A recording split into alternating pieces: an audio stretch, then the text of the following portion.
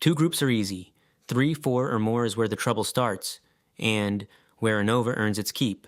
Our process data was made on 3 recipes: standard, fast, and fine. Do they give the same average thickness? You wouldn't run a t-test on every pair, but don't. Each test has its own chance of a false alarm, and those chances pile up.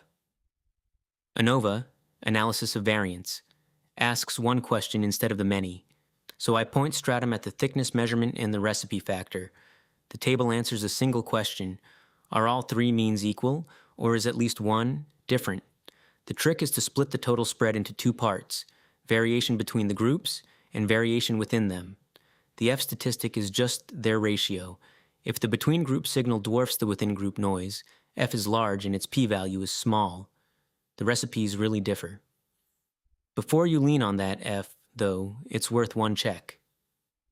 ANOVA assumes the groups share a similar spread, equal variances.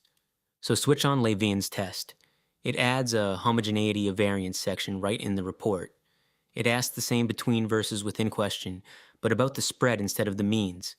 A comfortable p-value, above the usual 5%, says the assumption holds and the F-test stands.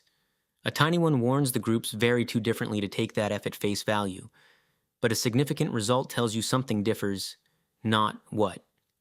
For that, I run a post-hoc test. Tukey's HSD method compares every pair while keeping the error in check. Now I can say exactly which recipes differ. Thickness might depend on more than recipe. The tool matters too.